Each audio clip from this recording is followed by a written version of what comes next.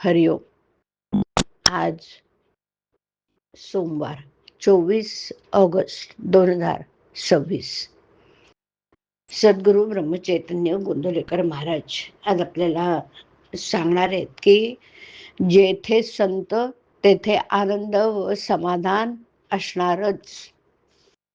ऐकूया. काही संत वरून अज्ञानी दिसतात पण अंतरंगी ज्ञानी असतात. खरोखर संतांची बाह्यांगावरून पुष्कळदा ओळख पटत नाही.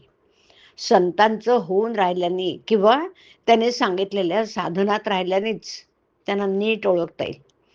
मनातले विषय काढून टाकले म्हणजे संतांची प्रचिती येईल. आपले दोष जोपर्यंत नाहीसे होत नाहीत किंवा लोकांचे दोष दिसणं जोपर्यंत बंद होत नाही तोपर्यंत संतांची पूर्ण ओळख आपल्याला होणार नाही. संतांचे दोष दिसणं म्हणजे आपले दोष बाहेर काढून दाखवण्यासारखं आहे. संत हा हिरव्या चाफ्याच्या फुलाप्रमाणे असतो. सुंदर वास तर येतो, पण हिरव्या पानात ते फूल शोधून काढता येत नाही. त्याप्रमाणे जिथे संत आहेत तिथे आनंद समाधान असतं, पण तो सामान्य माणसासारखाच वागत आणि दिसत असल्यामुळे आपल्याला ओळखता येत नाही. वेदांत आपण नुसत्या लोकांना सांगतो, पण तो संत स्वतः आचरणात आणतात. त्यांच्यावर कठीण प्रसंग आला तरी ते डगमगत नाहीत.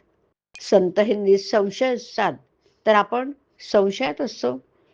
त्यामुळे त्यांना समाधान मिळतं तर आपल्याला पदरात असमाधान पडतं. संशय नाहीसा करायला आपली वृत्ती बदलली पाहिजे. संतांना जे आवडतं ते आपल्याला आवडणं म्हणजे त्यांचा समागम करणे होय. मी करतो हे बंधनाला कारण असतं. ते नाहीसं करणं म्हणजे गुरुचं होणं समजावं. कधी चुकतो आणि कधी बरोबर असतो तो साधक समजावा, आणि जो नेहमी बरोबर असतो तो सिद्ध समजावा. नुसते इंद्रिय मन हे सर्वस्व मानू नये. ते ज्याच्या करता आहे त्याचं अनुसंधान पाहिजे. ज्याला काहीतरी करण्याची सवय आहे त्याने काही काळ मुळीच काही करू नये आणि नंतर भगवंताचं अनुसंधान ठेवायला शिकावं. आपण परीक्षा एकदा नापास झालो तरी पुन्हा परीक्षेला बसतो, पण भगवंताचं अनुसंधान ठेवण्यात एकदा प्रयत्न करून यश आलं नाही तर ते मात्र आपण सोडून देतो. हे काही बरोबर नाही. देवाचं बोलणं हे बापाच्या बोलण्यासारखं आहे. त्याच्याजवळ तडजोड नाही. पण संत हे आईसारखे आहेत आणि आईपाशी नेहमीच तडजोड असते. जो भगवंताविषयी सांगेल तोच संत खरा. संत जो बोध सांगतात त्याचे आपण थोडं तरी आचरण करूया.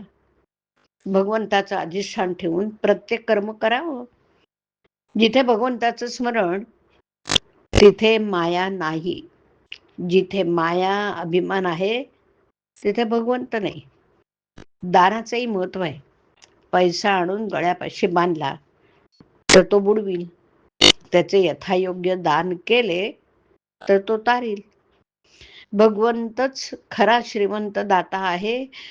तो श्रीमंतांचा श्रीमंत आहे. त्याचं सोडून आपण राहिलो तर तो आपल्याला दीनवणा कसा ठेवील. संत हे भगवंता वाचून दुसरीकडे राहिलेच नाहीत, म्हणून ते संत झाले, म्हणजे देवस्वरूप बनले. हरिओम. हरिओम तत्सत. हरिओम.